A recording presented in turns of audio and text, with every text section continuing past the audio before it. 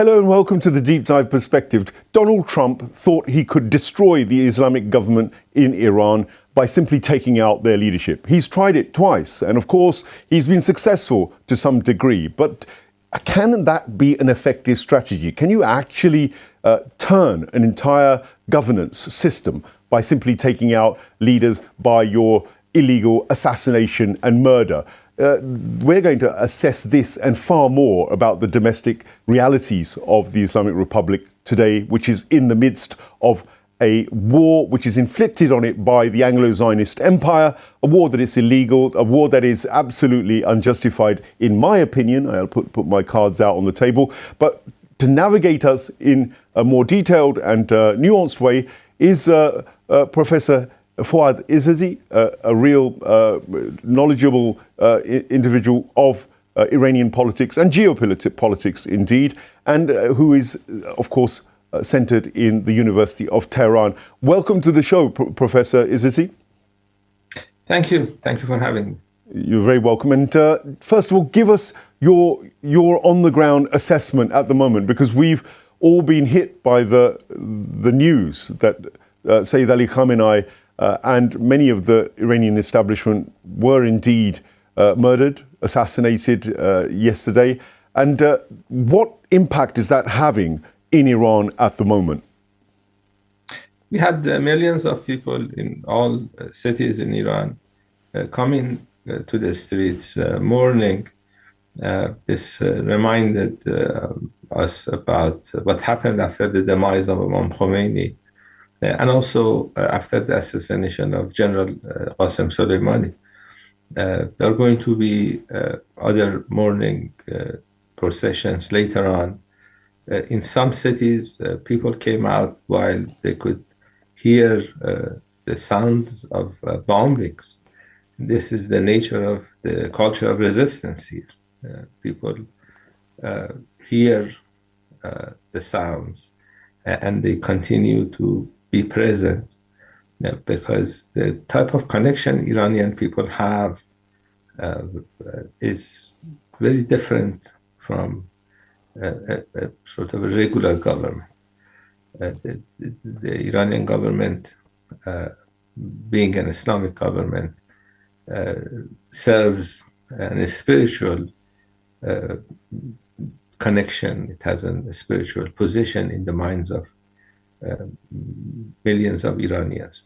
So they don't look at the country's leader as a politician. They look at him as a guide, as a religious figure. You know, in Shia Islam, we have this concept of marja, source of emulation. I think it's translated into English. And so Ayatollah Khamenei was a marja for many Iranians. And this has unified the country. We have this rally around the flag effect. This is in opposition to what Trump wanted. Trump is interested in changing Iran's government.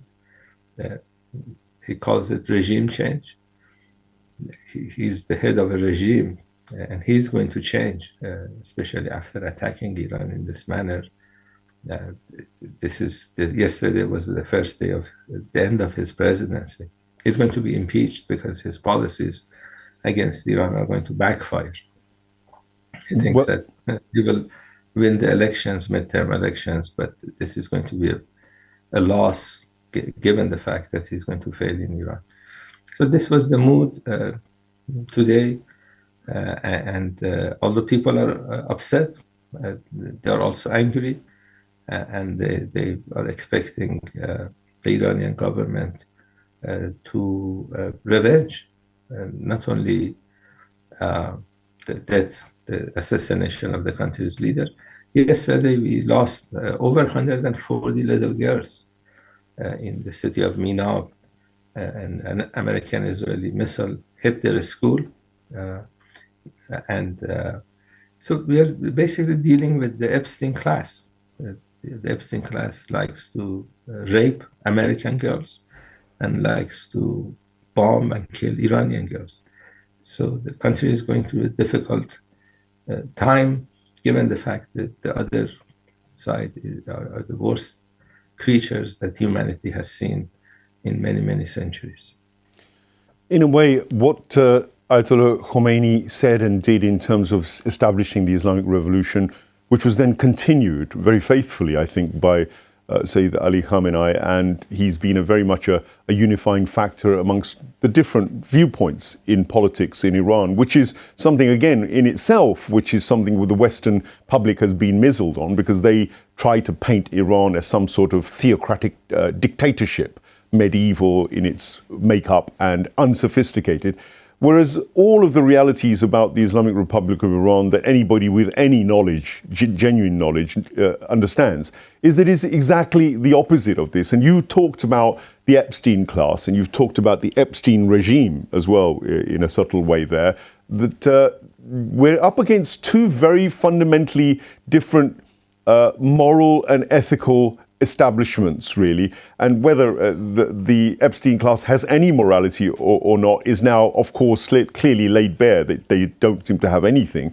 But for you, going forward, this kind of values-based Iranian establishment and the vision that Ayatollah Khamenei also had, because he was talking very much in the latter years about the second phase of the revolution. That was a big thing, and he would address the young people and the youth as well. I'm interested in what Sayyid Ali Khamenei would have wanted the Iranian people to do now, how he would have wanted them to respond in the event of his demise, because he knew he was on the target list in a heavy way. They tried to kill him twice, apparently, in the last round. So he would have known, and he was giving messages. What was his message? The message was unity. Not just among Iranians, but throughout the Muslim Ummah. He realized that unless Muslims are united, the colonialists, the wrongdoers, the United States government, the genocidal people, will damage Islamic societies. Iran is fighting for Iran. Iran is also fighting for other countries in this region, because if they're able to get away with their objectives on Iran, Pakistan will be next, Turkey will be next. You saw the meeting that Netanyahu and Modi had. I don't think this was very innocent just a few days before these attacks. Even these Persian Gulf states that are complaining about Iranian missiles hitting their targets, they would be next. They want to make sure that all of their resources belong to the United States, not just 90%. So overall, Iran is fighting for the whole humanity. We have on one side the Epstein Class, and the other side we have Iran. Maybe we did not volunteer to be representing civilization against these people, but this is what's happening right now. In Islamic culture, when girls get to the age of 9, they are supposed to basically start Islamic practices, and it's in Islamic culture that there's a celebration for young girls that have reached that age. And in Iran, every year, these schoolgirls, they were coming to the prayer hall that the leader was leading prayers, and he would lead the prayers. They would be praying as young people who, it's, when you are 7 or 8, it is good that you pray, but in Islamic culture, it's not obligatory to pray. But once you become 9, then these are obligatory prayers. So they would have the leader lead the obligatory prayers, and there was a ceremony, annual ceremony, and maybe you have seen the pictures. Yes, I have indeed. Yes, I mean, sitting, and all these 9-year-old girls sort of surrounding him, looking at him as a grandfather figure. So this is the Islamic civilization, and then you have Trump that in Epstein files, he has been raping girls more or less the same age. It's a strong point, Dr. Izadi. It's something which Western media obviously skirts over and they cover up and they try to avoid going to the depths of it. But I think I'd like to dwell on it because this connection between little girls and the murderous, immoral elites, these paedophile, what I call parasite cult, Epstein Class, if you like. It's important to dwell on this, and it's important to dwell on it as something which is conscious within the Iranian society as being an alternative, because Iran is a very loving, warm, family-focused society from what I've seen. They're very hospitable to tourists and foreigners. Every time I've been there, you're embraced as a brother, and you're helped and supported. It's unlike anything you see in the Western streets, for sure. And that's very much about the Islamic culture and the Iranian culture, which is, of course, 3,000 years old and has its own beauty. But when it comes to this issue, the first thing that the Israelis and Americans thought of when they wanted to hit Iran was, number one, the leadership. But you rightly say they also targeted, with 3 missiles, I understand, this school of young girls. And that just, again, connects me to Epstein. It connects me to the fact that Israel loves to welcome rapists and pedophiles who are escaping America, escaping justice in the West.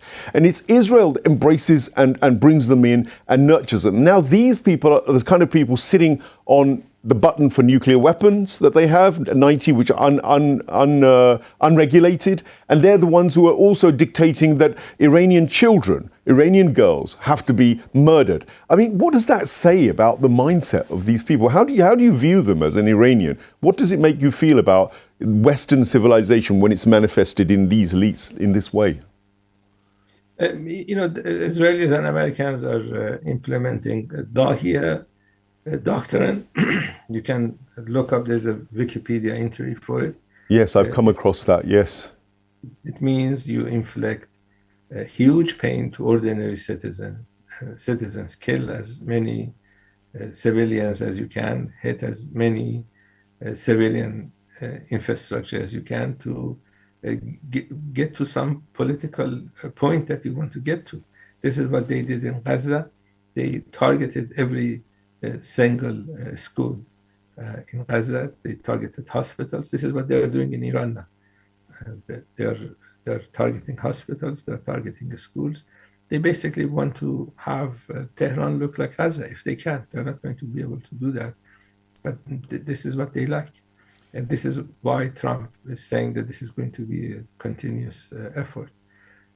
So when we look at the people that we are facing, we realize, of course, many Westerners do not belong to the Epstein class. But unfortunately, they get to elect war criminals like Trump. You look at the US presidents in the last many decades, without exception, all of them have been war criminals. So there is something wrong with a civilization and a society that manages to elect war criminals every time they get a chance to do so.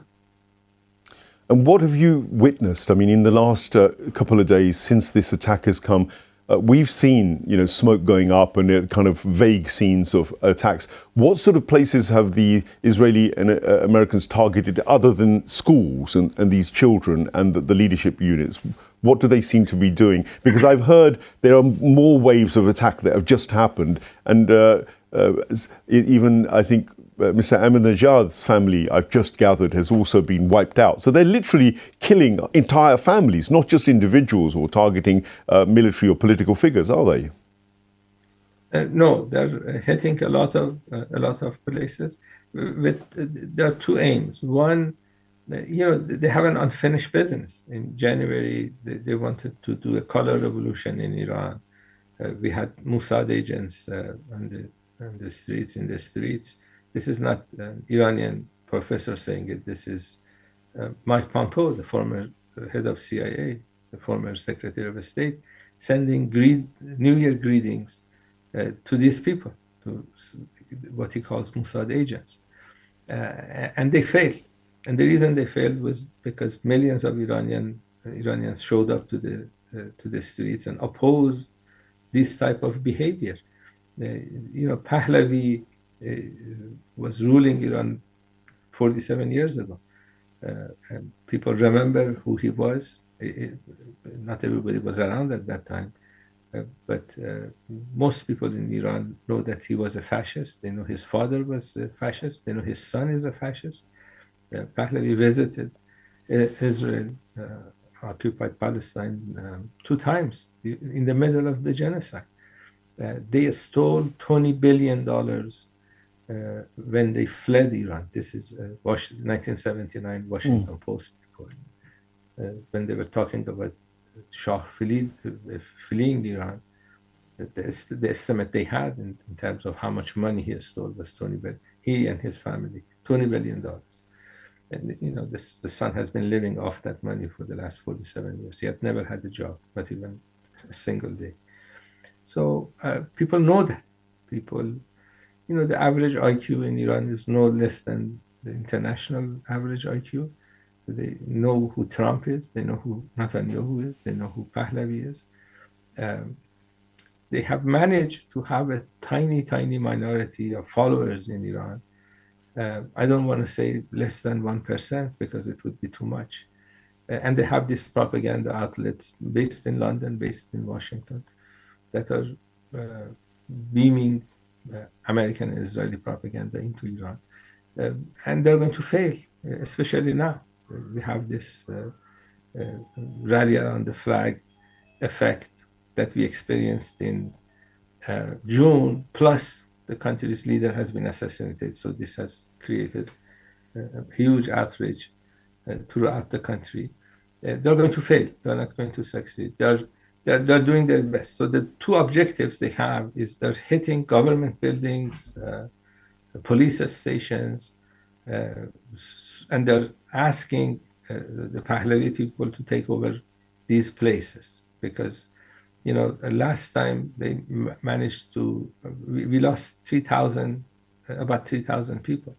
The Iranian government published the names and ID numbers, national ID numbers of every single individual. Yes. Trump claimed in his State of Union that 32,000 people were killed. But neither him nor Netanyahu nor these Pahlavi people have not been able to add one more name with a national ID number to the list that the Iranian government published. So they exaggerate these numbers to demonize Iran, to find some excuse to attack Iran. So one objective is to attack these government buildings. So their supporters, few they are, they would take over these buildings. That's not going to happen. The second objective they have is that they don't like these ballistic missiles that can help Iran defend itself. So they're targeting the sites of Iranian ballistic missiles, which this also may be a miscalculation because we get this consensus that either you use these missiles or you may lose it because the other side's military is capable. So they may expedite Iranian using of these missiles by targeting these sites. So these are the two things that they are doing, plus infecting, sort of targeting civilian areas, implementing that Dahiya doctrine that I talked about. So these are the three places that in every city they're trying to hit. So it sounds to me like the infrastructure is pretty sound in Tehran and beyond as well, that there seems to be contingency that even if they take out electrical units or knock out police stations or try to disrupt the bureaucracy, you're confident that Iran is going to be able to sustain and hold its power, which would mean that basically Iran is creating a failure for Trump's policy. And the other aspect to that I would imagine that Trump and the Israeli agents were planning on was the idea of ethnic revolts or instability with, say, for instance, Sistan, Balochistan, or the Kurdish regions, or Azerbaijan, the outskirts of Iran. There's clearly a plan in their heads for some kind of Balkanization of Iran if they managed to collapse the core. First of all, is it complete dreamland that they're in terms of being able to bring down the system? What they want to do is that they want to separate the oil-rich southern part of Iran put some puppet government there to, milking cow individual to be able to milk. And then the rest of the country without access to oil money would become poor. And then it would disintegrate. This is the plan they have. The only problem with that is that a lot of people realize among the minorities in different parts of Iran that if the Americans get away with this idea of taking Iranian oil out, then that's not going to be good. It would be economically better for these areas to be part of Iran as is, instead of losing that access to oil and then facing difficulties. And this is one thing they realize. That the second thing is that although we have minorities, they consider themselves to be Iranians. They have loyalty to this country. They realize, a lot of people realize that the country is suffering because of these pressures, because Iran is not allowing the US plan in this part of the world to materialize. They want to take over the whole Middle East. They want to use their hegemony here to put pressure on countries like China and Russia and others. Trump administration thinks that with this Persian Gulf states money plus Israeli technology and American military power, they could turn West Asia to an area where they can,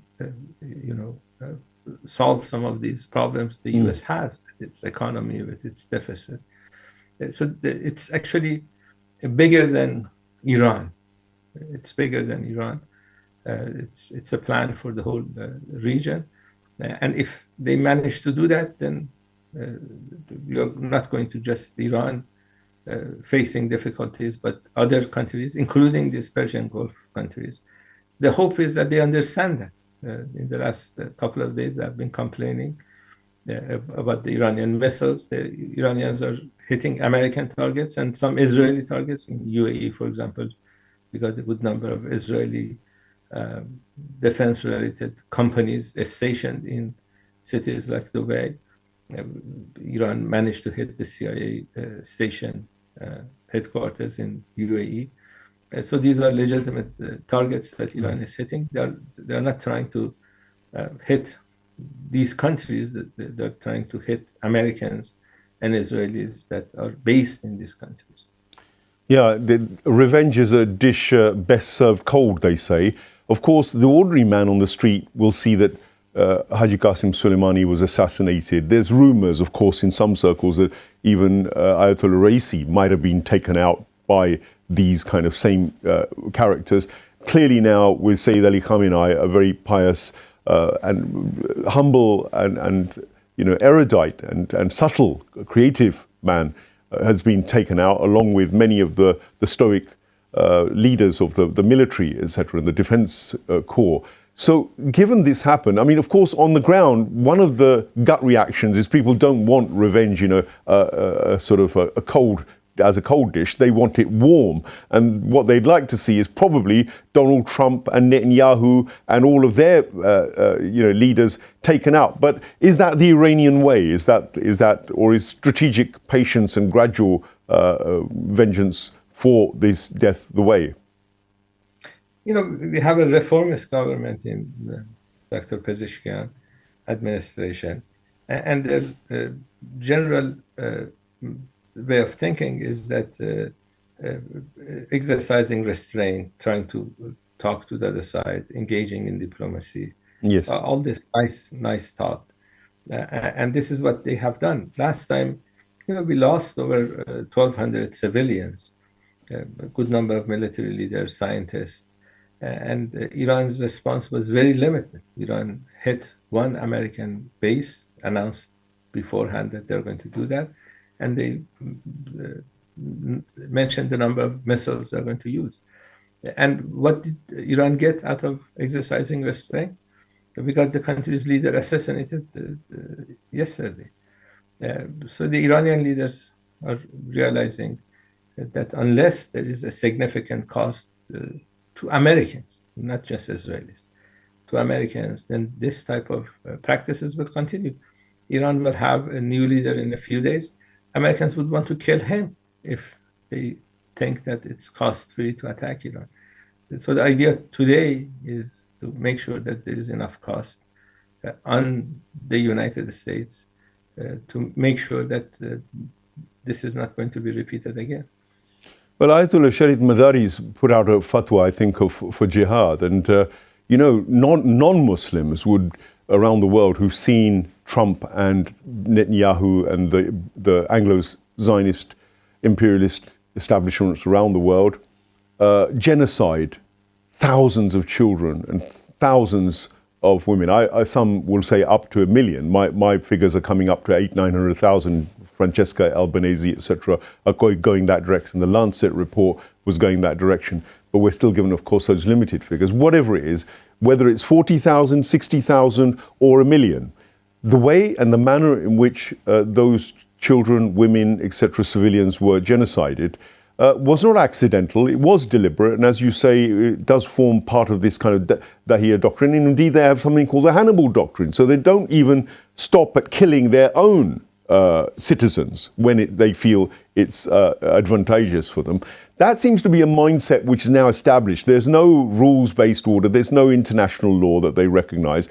They are fundamentally lawless as far as they're concerned, and might is right. In the face of that, that policy of restraint and strategic patience, do you think that the Iranian public will want less of that restraint now? And are we seeing it with the way that these missiles are being launched now? Are we seeing a new Iran in terms of the way it's dealing with this? Last time during that June war, it was the other side that asked for a ceasefire, and Iran accepted. And a lot of people were questioning that policy of why did Iran accept that? Today, call for revenge is much stronger. And one reason this reformist government is engaging in this policy of harsher response, is because they want to address public opinion here. And understanding this fact that unless Trump fails this time, he's going to try to repeat attacking Iran, continue attacking Iran repeatedly in the future. So they need to put a stop to this practice today. And if the government does up the ante, and if the public continues its demand, because we see the outpouring of sorrow and pain, we've seen it on several occasions, even with Ayatollah Raisi, I think we also saw it with Haji Soleimani, massive turnouts, And again, we saw those turnouts after the recent wave of riots and terrorist actions which Mossad, etc., triggered, along with its kind of agents within Iran. Iranians are very good at expressing, their love and their loyalty to the establishment. Of course, the West still twists it. They don't show those pictures. They try to highlight a completely different picture about Iran, as if, it's virtually on the cusp of toppling and on the cusp of a complete changeover. And there are many delusionist palavists here and people who are on payrolls who obviously promote that. It's all across the social media. If you went to most of the Western social media, you'll see this kind of imminent collapse of Iran, which is all happening in real time as far as they're concerned. But the reality you're painting over the next few days, do you think that these people who will inevitably now turn out for the funeral of Imam Khamenei, that's the next big session. Is that going to be a moment when the reformist establishment will really have to even more recognize that actually a much stronger stance is consistently required in these business of talks? Because, as you said, they've reneged on talks several times. Trump has never stuck to agreements as well, even if he goes into talks and agrees something. The Paris climate agreement was reneged on. The Trans-Pacific Treaty with China was reneged upon. The JCPOA was reneged upon. All the links with Europe, even with NATO that he's had, he's been reneging on most of those and threatening them over Greenland.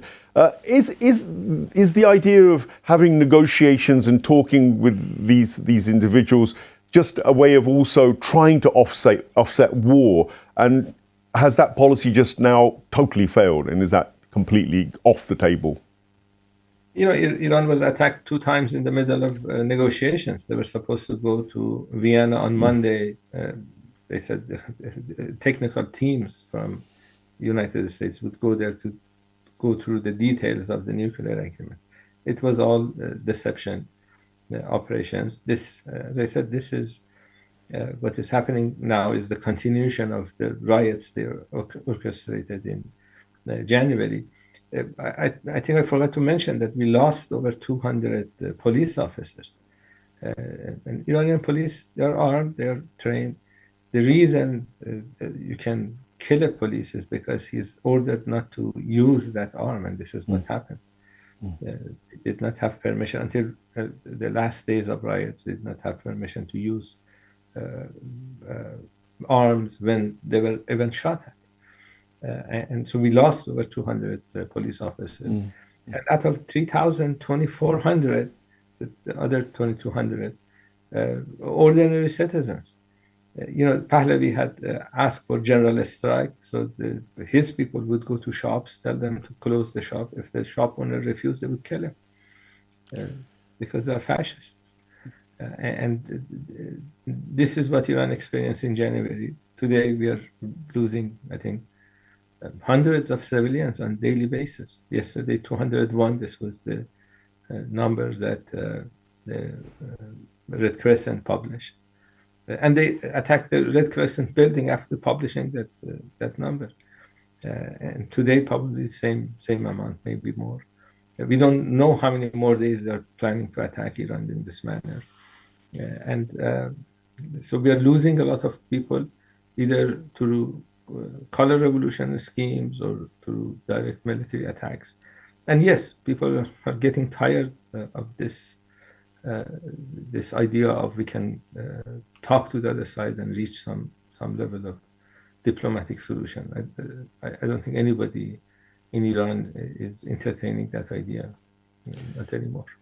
I want to talk about the vision of Ayatollah Khamenei, as in his own right, an Irfani man of learning, a mystic, some would say, a poet, an artist himself in his own right.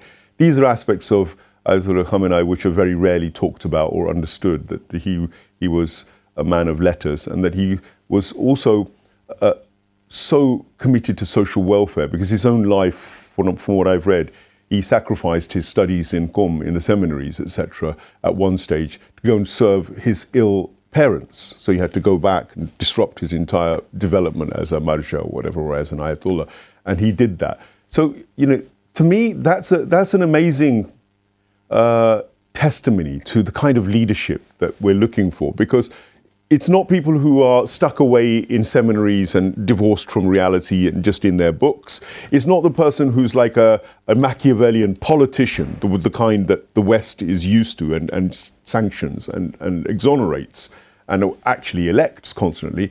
And yet it's not also somebody who is divorced from the material world. He was very conscious about resistance economy and the ideas. So I'm fascinated about the vision that he had. Ayatollah Khomeini set, in many ways, the trajectory, but he left it to the people to fashion that vision. And since that time of Ayatollah Khomeini and the period of Ayatollah Khamenei, we've seen the rapid rise of Iran technologically, scientifically, everything from AI to sort of, bioengineering, creating robots, technological abilities within the military sphere with drones. This is something that those of us who follow Iran know, many others won't. So that we've seen a massive increase. We've seen the universities filled with, 60% female graduates. Another lie that exposes another reality that exposes the lie of the Western propaganda about women being oppressed and suppressed by the Islamic Revolution. So there are many stories about Iran, many realities which aren't known to the outsiders. So my first question is, that dream, I often think about the prophetic dream. You know, the Prophet Muhammad, peace be upon him, in his time was 10 years, roughly 10 years as leader of the successful model that he had in Medina. He governed and he created a model. In a way, I often looked at Ayatollah Khomeini in the same light, that he had a period of time of 10 years where he established the foundations, but was attacked by the Westerners through Saddam Hussein. So his entire period was spent in almost like a military resistance exercise. And then, say, Khamenei's come along and you've had economic sanctions and all sorts of other things which you've mentioned. So Iran has constantly been impaired in being able to deliver the dream, what I call the prophetic dream, which looks at the social upkeep of people, the spiritual well-being of people, a kind of holistic vision of an alternative world, an alternative one to, say, neoliberalism. The one that neoliberalism sells you is largely the American dream, you know, the materialist dream, the one which now is being manifested in terms of pedophilia and whatnot, and hedonism, individualism, narcissism, breakdown of family, mental health issues. There are many, I could go on, the list is endless in terms of the disasters that are being rolled out here in the West with society. But then when you listen to propaganda, they'll try to pigeonhole Iran into being backward, medieval, and whatnot. What's your answer to that? And where do you think this war will lead to? If Iran is successful, will it be able to embark on that second phase of the revolution or the prophetic dream that Sayyid Khamenei did talk about? You know, United Nations has this Human Development Index, and they basically gather some of these are their own data, independent data. They gather some of the data you talked about, for example, the number of university students or average age. You know, the average age in Iran was about 56 before the revolution. It's about 79 now. So when you increase the average age in a country by 20 years in this period, it means better food, better access to medicine, better access to doctors.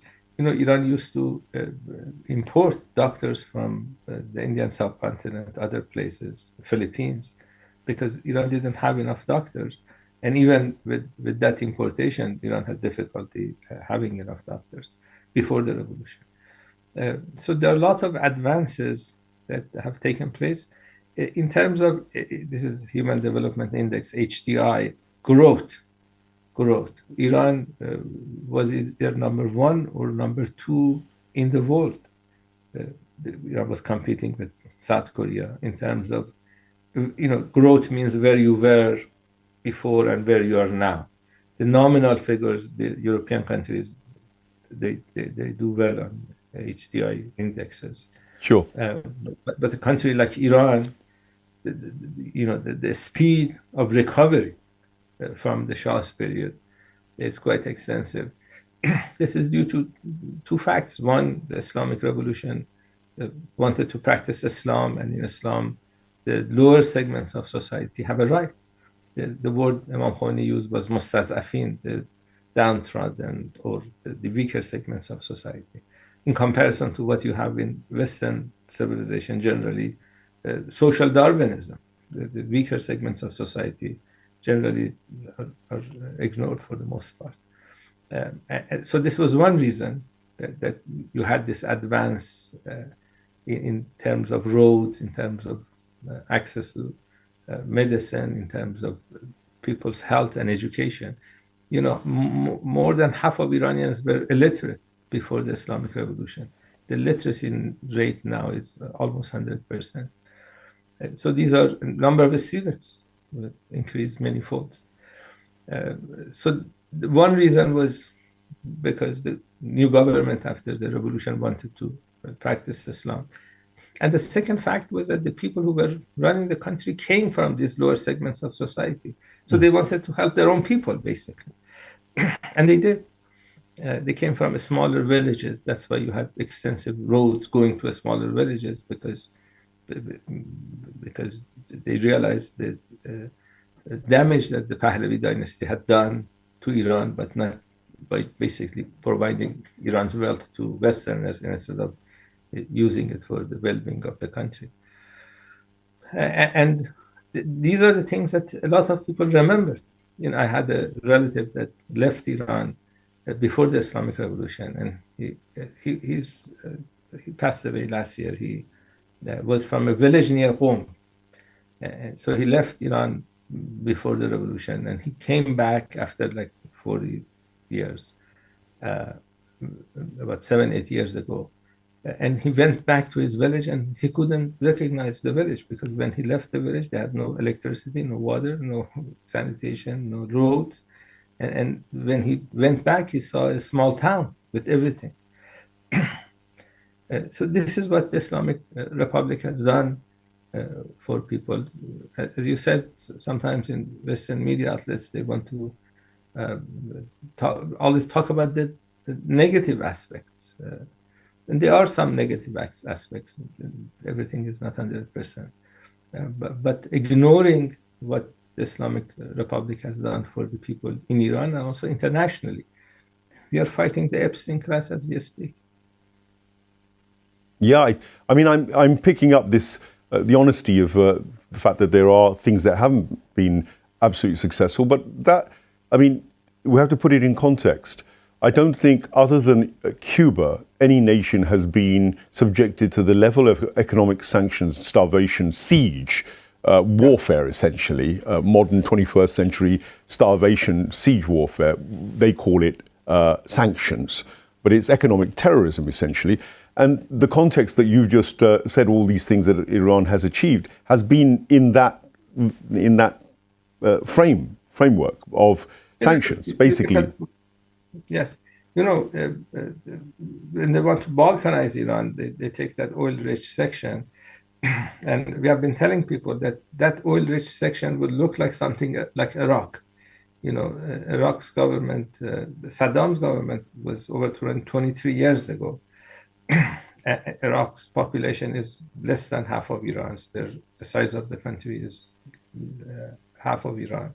And they sell 4 or 5 times more oil than Iran does. And you have been to Iran and you have been to Iraq. I think you have. So you remember the electricity in Najaf. Yes. You remember roads. It's not comparable to, when you cross the border from Iran to Iraq, it's... Yeah, so where is all that Iraqi oil money going? Basically, it's controlled by the Americans, and they don't allow them to have any more than just basic subsistence for government bodies, and so they're strangulating them. And that seems to be the model. If you look at, say, Afghanistan or Syria or Libya, one can see the Balkanization model and what economic destruction is wrought. You look at Libya before America arrived there to bomb it, and look at it after. Look at Syria before the Americans interfered, and after, because there were decent societies. The society was certainly looked after. The same goes, I think, for Iran, and the same Balkanization seems to be their objective. And I like the fact that you alluded to Pakistan. And Pakistan, whilst it's been verbally supportive to Iran during this war again, at the same time, it's also entangled itself with Afghanistan next door, and they are very much on the Balkanization list, because the Punjab and Balochistan and, of course, Sindh, etc., is all looking ripe for fragmentation if Pakistan don't take heed. What would be your message to your allies and to the international community that at least has good relations with Iran? You can't expect anything from the Anglo-Zionist empire, but your message to those who are anti-imperialists around the world, especially in the West, who might balk at Iran because it's got the Islamic label, and it happens. I know there is a bias amongst a lot of the leftist movement here in the West, where they'll support anti-imperialism in Palestine, be against the genocide, but when it comes to Iran, they're very ambivalent. What's your message to those kind of people, and to the sort of people that are in Pakistan and other supposedly neutral and friendly nations, China, etc.? What should they do in this circumstance for Iran? For the left, we have groups, organizations that realize what's going on. And then we have others that are victims of Western propaganda machine. And they should know better, because They know that BBC and CNN and other corporate media outlets, they know how they cover Palestine. So they should be suspicious of their coverage of Iran. But for some reason, as you say, they just fall victim to these propaganda points. Maybe one reason is that we are not doing a good job of explaining what Iran is. So the hope that we have is that these people realize what's going on. We cannot vote in the United States. We cannot vote in UK. These governments are attacking Iran, and the only people that can stop are the voters in these countries to make sure they don't elect the same type of Epstein Class again. And they need to realize that the policies of these governments are not only bad for countries like Iran, it's also bad for their own countries. Some people are realizing that, many still don't. So we wonder, as you said, there are some people who support Palestine, but forget that if it wasn't for Iran, the Israelis would have destroyed Palestine many years ago. There would be no Palestine if it wasn't for Iranian support. They forget these things, unfortunately. Professor Izadi, it's been a fascinating first conversation, and hopefully the first of many more. It's an insight from within Iran, which is so rarely heard by especially Western audiences, when one hopes people will listen to you and understand that there are real people there in the Islamic Republic, those little children that we talked about, which are now lying in their graves or probably being prepared for their graves. They hurt nobody. They were not out to change Western ideals. They weren't damaging the West in any way. So what did they do to deserve those 3 missiles, which have wiped out well over 100 from my reports of little children? And is that the signature of the West now? Is that what you want as the ordinary public when it comes to your governments? Is this the acceptable norm? And if it's not, then do you have alternatives? Are there people within your political system which are any different? I mean, how much of your political system isn't in the hands of Zionism, or isn't in the hands of a paedophile class, or isn't in the hands of money lenders? We need to look at our own system, because what we're doing to Palestine, what we're doing to Iran currently, is a manifestation of our failure, as far as I can see, as somebody who's grown up in the West but straddles, cultures, straddles faiths, and something that I've seen on both sides of this corner. I've been to Iran several times, and I've received nothing but warmth and love, and one of the most hospitable cultures in the world. I'll defy anybody to be able to take me up on that, and you should have visited it before your leaders wanted to bomb it to smithereens. However, Iran, from what I can see, and what Professor Izadi has outlined, has a resolve, it has a steadfastness, and the people have a sense of unity and a kind of commitment to not only their own national, if you like, identity, but their spiritual identity. And that's something we in the West can learn from, not in terms of just nationalism, because it's the thing that Arundhati Roy says about, I would say, a lot of the Western civilization, that there is a huge hole in the heart where God used to reside. And in a way, the destruction of real spirituality, not religion, real spirituality, to me, lies at the heart of why the immorality of the Epstein class, who Dr. Izadi has pointed to several times, and the Epstein regimes, is, I think, fundamentally because we've lost our way in terms of what our morality is, what our foundations are. It used to be prophetic morality. That was what Christ was about, and even Moses. And Muslims accept both those, and they accept the morality and the ethics of Christ and Moses. So why is it that Iranophobia, Shiaphobia, Islamophobia are so rife and are so promoted within our societies? Why is it that the compassion for those little children in Iran that have just been bombed isn't the same compassion that it is for the Palestinians, for those who had compassion for those Palestinian children? And it seems like 70% of you in the public here in the West certainly did. So I'm grateful to Dr. Professor Izadi, rather, to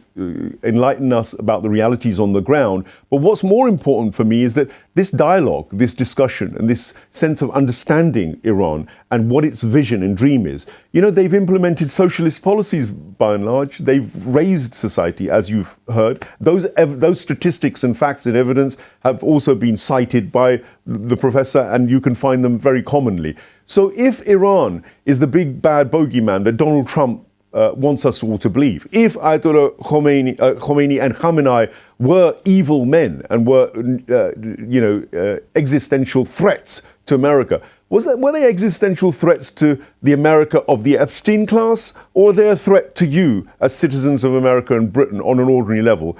What threat does an Iranian citizen pose to you in the West? It's not you that is a threat for them. It's the ideology, it's the notions of family, culture, spirituality, and the holistic alternative to what the paedophile class and its surveillance capitalism and its totalitarianism and its economic disparities, inequalities, and it's to do with the control mechanisms of all of the modern, what's being termed as techno-feudalisms. That's what's actually oppressing you, not the people of Iran. It's not the Iranian establishment, which is your enemy. The enemy lies in your own house. The quicker you go and analyze that, the quicker we might all get round to dealing with the rot and the corruption and the dirt and the filth that lies at the very heart of our civilization here. Thank you for watching Deep Dive Perspective, and thank you, Professor Izadi, once again. And also, do like, share, subscribe, and push this message out far and wide, because you won't hear this coming from the Zionist-controlled mainstream media. Again, thank you very much, Professor. Thank you. Thank you for having me. Thank you, and we'll look forward to seeing you, and we wish you well and safety and condolences to the whole of the Iranian people and all those who have civilization at their heart for the loss of Sayyid Ali Khamenei and the people, and even equally as important, those little children. And that's what I want to leave you with, is just imagine the parents, the families, and those little children's plight. You know, it's down to us to stand up against this kind of tyranny. Thank you.